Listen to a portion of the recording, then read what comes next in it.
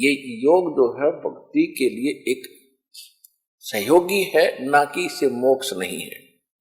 भक्ति का मीन स्वास्थ्य रखने के लिए पहले और ये ऐसी वैसी साधनाएं नहीं थी, और विशेषकर ये ऋषि लोग ही जो ज्यादा समय अपना बैठते थे, साधना करते थे। इनके पास और कोई काम तो था ही नहीं, क्योंकि सदग्रंथों को पढ़ना, जनता को समझाना।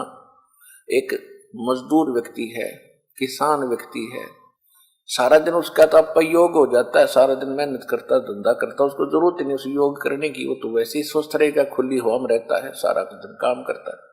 ये ऋषि लोग बैठे रहा करते थे, या तो साधना गलत करने के उद्देश्य से, साधना की ठीक थी नहीं इसलिए ज्यादा हठ योग करके बैठते थे, तो उसके लिए इन्होंने अपना योग साधना करनी अनिवार्य थी। सारा दिन बैठे रहने से शरीर खराब होता है। तो हम इन्हीं को देखकर फिर उसको भी एक साधन मान लिया भक्ति का। योग करना कोई अनिवार्य नहीं है, जो मेहनत मजदूरी करते हैं। योग साधना करना कोई पाप नहीं, बुरा नहीं। जिनका बैठने का काम है वो योग कर सकते हैं, 10-20 मिनट, आध घंटा, जैसा समय मिले स्वास्थ्य के लिए। लेकिन योगी का अर्थ यहाँ गीता अध्याय नंबर 2 के श्लोक नंबर 53 में है, भगत से संबंधित है। तब तू भगत बनेगा, क्योंकि आप फिर डगमग नहीं हो सकते। इसलिए आपको सबसे पहले वो ज्ञान सुनाया जाता है, तो उसके लिए हमने अपने मन को रोकने के लिए, दृढ़ता पैदा करने के लिए, स्थिर रहने के लिए कुछ सहारा चाहिए। उसके लिए हमारे पहले तो अपदास ने बताया कि सदग्रंथ, जो सदग्रंथ हैं जिनको हम आज तक सत्य ज्ञान युक्त मानते रहे, प्रथम तो आप जी ने वो आधार बनाना है। दूसरे फिर हमारा जो दास आपको प्रमाणित करके दे रहा कि इससे भी ऊपर उठ के एक ऐसा ज्ञान है, ऐसा सूक्ष्म वेद है, तत्व ज्ञान है, जिसमें इन ग्रंथों वाला ज्ञान तो है ही है, और जो इनमें नहीं है, इनमें किसी और से जानने के लिए कहा है, वो भी उसमें है। लेकिन वो भी एक वेद है, सूक्ष्म वेद है। जब इन वेदों को हमारे धर्म गुरु नहीं समझ सके, तो सूक्ष्म वेद को समझना तो बहुत ही दूर की बातें हैं। आप जी के रूबरू दास ने बहुत बार किया है कि वेदों में परमात्मा मनुष्य दृश्य है, साकार है, और वो ऊपर एक स्थान पर रहता है, वो सतलोक में रहता है, और वहां पर राजा के समान विराजमान है, और उसके सिंहासन यानी तख्त के ऊपर बैठा है। सारी सृष्टि राजा के समान देखने में राजा के समान है, उसकी सारी शोभा, सिर पे मुकुट है, मालिक है, ऊपर एक बहुत बड़ा छत्र है, और उनके एक रोम में, यानी बाल, रोम बोलते हैं, बाल, शरीर के बाल को रोम बोलते हैं, और जहां रोम ये बाल उगा है उसको रोमकूप बोलते हैं, यानी बाल कहो ये रोमकूप। तो इसमें करोड़ सूर्य मिला दे, करोड़ चंद्रमा, इतना उनके एक बाल की शोभा है।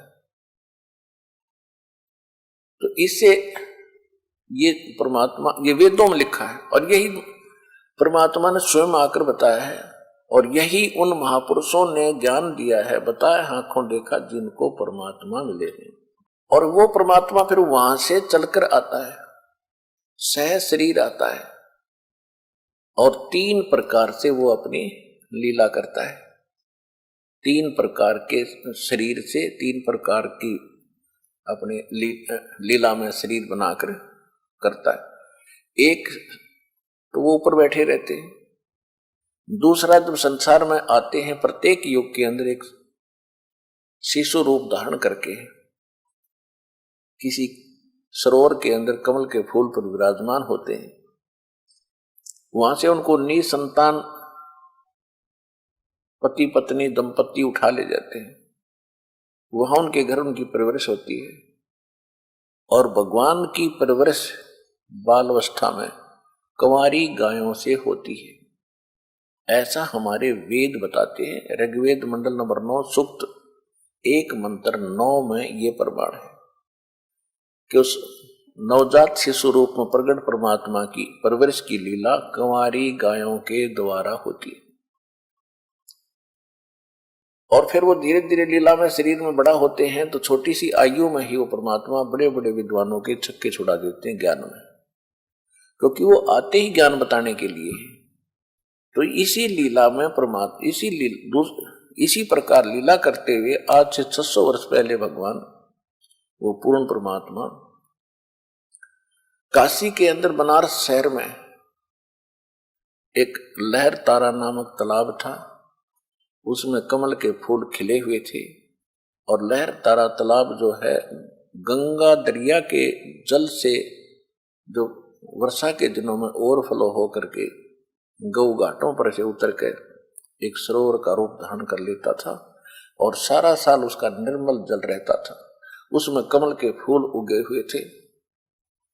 कमल के फूल पर आकर परमात्मा सतलोक से आकर विराजमान हुए और नवजात शिशु का रूप बनाकर वहां कमल के फूल पर वो विराजमान हो गए। इनके प्रत्यक्ष दृष्टा थे ऋषि अष्टानंद। अष्टानंद नाम के एक ब्राह्मण ऋषि थे। उसमें स्वामी रामानंद एक बहुत बड़े विद्वान माने जाते थे, वेद और गीता के पुराणों के। तो उनके शिष्य थे अष्टानंद जी। अष्टानंद जी प्रतिदिन उसी सरोवर पर स्नान करने के लिए जाया करते थे। गर्मी का मौसम था, ज्येष्ठ उतरते की पूर्णमासी, ज्येष्ठ सुदी पूर्णमासी को प्रतिदिन की तरह अष्टानंद भी अपनी साधना कर नहा कर स्नान करके साधना करने के लिए तत्पर थे। उधर से परमात्मा सतलोक के नवजात शिशु रूप में आ रहे थे।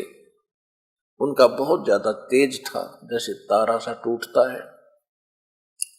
अष्टानंद जी ने देखा कि प्रकाश इतना गजब का प्रकाश किस चीज का है। जो है उसने चरम दृष्टि से देखना चाहा, उसकी आंखें बंद होगी, इतना नूर था, इतना तेज था। जैसे हम सूर्य की ओर देखते हैं तो हमारी चरम दृष्टि सूर्य को के प्रकाश को सहन नहीं कर पाती, आंखें बंद हो जाती। बंद होने के बाद हमें परमात्मा की सूर्य का जो प्रकाश रहित आकार होता है केवल वो दिखाई देता है। इसी प्रकार जब अष्टानंद जी ने ऊपर से आ रहे प्रकाश पुंज को देखा, उसकी आंखें उसको सहन नहीं कर सकी, आंखें बंद हुई, साइड में कर ली। तो क्या देखा कि उसने एक नवजात शिशु देखा, प्रकाश रहित शरीर उसका, और उसी का वो प्रकाश था। फिर आंखें खोली तो क्या देखा कि वो प्रकाश एक कोने में लहर तारा तालाब में सिमट गया। अंधेरा था, ब्रह्म मुहूर्त यानी सूर्य उदय होने से लगभग 1.5 घंटा पूर्व की बात थी पहले।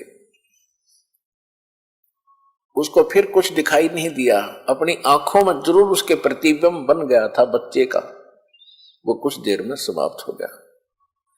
अब उसने सोचा भी ये तो बहुत ही अजीबोगरीब दृश्य मैंने देखा है। अब भगत साधक को कोई समस्या आती है भक्ति मार्ग में तो अपने गुरु जी से ही समाधान चाहते हैं। अष्टानंद जी अपने गुरु जी के पास चले गए, रामानंद जी के पास, अपनी शंका का समाधान कराने के लिए। स्वामी रामानंद जी विष्णु जी के पुजारी थे और वेदों के प्राकांड ज्ञाता माने जाते थे, पुराणों के बड़े विद्वान माने जाते थे, गीता उनको कंठस्थ याद थी।